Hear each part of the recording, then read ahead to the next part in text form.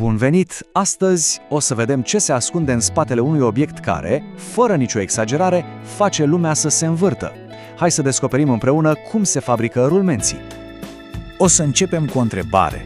O întrebare cheie, de fapt, care ne duce direct la inima oricărei mașinării moderne. Gândiți-vă puțin, care e piesa aia fără de care nimic nu s-ar mișca? Ei bine, răspunsul e o piesă mică.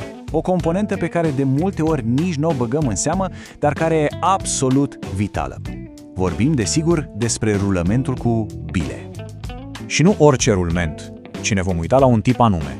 Rulmentul radial cu bile. Sună tehnic, dar piesa asta e fundamentală pentru cam tot. De la roțile mașinii la hard discul din calculator. Serios, sunt absolut peste tot. Bun, deci de unde începe totul?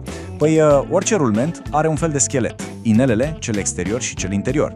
Aici începe călătoria noastră. Să vedem cum o bucată de oțel brut ajunge să fie o componentă de o precizie incredibilă. Și nu e deloc un proces simplu. E o întreagă coregrafie mecanică. Totul pornește, bineînțeles, de la stabilirea formei și grosimii corecte. Apoi intervin niște mașini speciale care rectifică, adică șlefuiesc circumferința exterioară. După asta vine partea cea mai delicată, rectificarea căii de rulare. Asta e, de fapt, șanțul ăla din interior unde o să se așeze bilele. Pentru ca totul să alunece perfect, suprafața aia trebuie lustruită până la perfecțiune. Și, foarte important, pe tot parcursul ăsta se folosesc o groază de lubrifianți și lichide de răcire. De ce? Pentru că se generează o căldură imensă, iar metalul nu trebuie să se deformeze. La sfârșit de tot, inelul e spălat cu kerosen. Așa se asigură că nu rămâne dar absolut nicio impuritate. Și diferența e de la cer la pământ. Uitați-vă cum arată înainte și după lustruire. Se pleacă de la o suprafață aspră și lefuită și se ajunge la ceva neted ca oglinda, o șină aproape perfectă. Și finețea asta nu e doar de design, e absolut crucială. De ea depinde cât de lină o să fie rotația și cât de mică frecarea. Ok, deci inelele sunt în producție, dar în același timp, în paralel, se întâmplă altceva la fel de important. Se fabrică inima rulmentului, adică bilele. Haideți să vedem cum se nasc micile astea sfere, perfecte. Credeți sau nu, totul pornește de la o sârmă de oțel. O sârmă obișnuită. Mai întâi e tăiată în bucățele. Bucățelele astea sunt apoi presate cu o forță colosală ca să prindă o formă sferică brută. Apoi, la fel ca la inele, urmează rectificarea, adică șlefuirea ca să dispară orice denivelare și finisarea până ajung să lucească. Dar stai că nu e gata. Acum vine partea unde devin super rezistente. Sunt băgate într-un cuptor la temperaturi foarte înalte, un proces numit călire. Asta le face incredibil de dure. Iar la final, ca să fie absolut impecabile, mai trec printr-o baie de solvent pentru o curățare finală. Și acum fiți atenți la detaliul ăsta.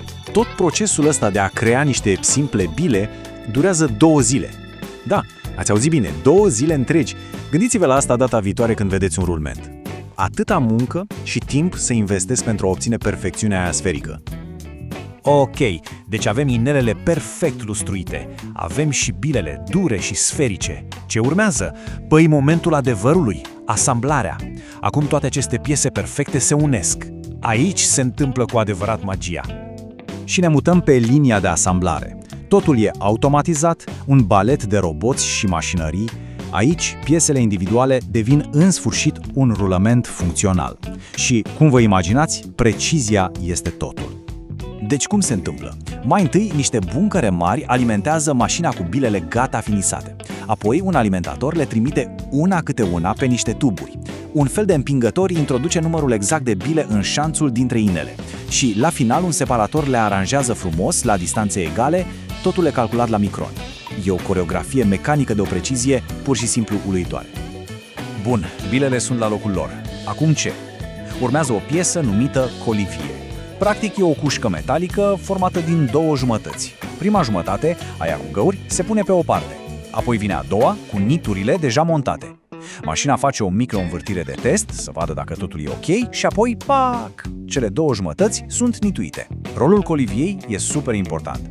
Ea ține bilele separate, să nu se lovească între ele și să creeze frecare. E gardianul mișcării line.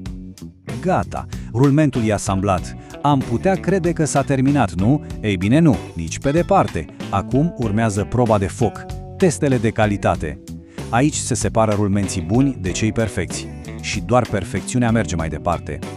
Și apare întrebarea logică. Cum poți fi sigur că fiecare rulament din milioanele care se produc e absolut perfect? Cum se garantează perfecțiunea asta la scară industrială? Păi, răspunsul stă în automatizare. Fiecare rulment trece printr-o serie de teste. Unul dintre ele este testul de zgomot și vibrații. Niște senzori super sensibili ascultă rulmentul în timp ce se rotește. Dacă scârție, dacă vibrează, oricât de puțin, e respins. Apoi e cântărit. Un cântar automat îl verifică la miligram. Dacă e prea greu sau prea ușor, zboară, e eliminat. Și la final mai trece printr-o baie de solvent pentru o ultimă curățare. Nu există cale de mijloc, ori e perfect, ori e rebut. Și pentru anumiți rulmenți, povestea continuă. Cei care vor lucra în medii cu mult praf sau umezeală au nevoie de protecție suplimentară.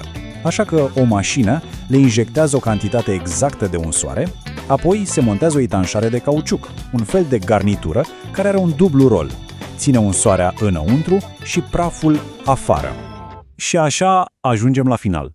Citatul ăsta spune totul de fapt. Acest erou necunoscut al lumii manufacturiere este ingredientul esențial al oricărei mașinării cu piese mișcare. De la mașina pe care o conducem, la turbinele eoliene care ne dau curent, de la un simplu skateboard la cel mai complex hard disk, toate se bazează pe acest mic obiect. Data viitoare, când auziți un motor care toarce lins sau vedeți o roată care se învârte fără efort, poate o să vă amintiți de toată ingineria asta incredibilă ascunsă în interiorul unui mic, dar absolut vital rulment cu bile.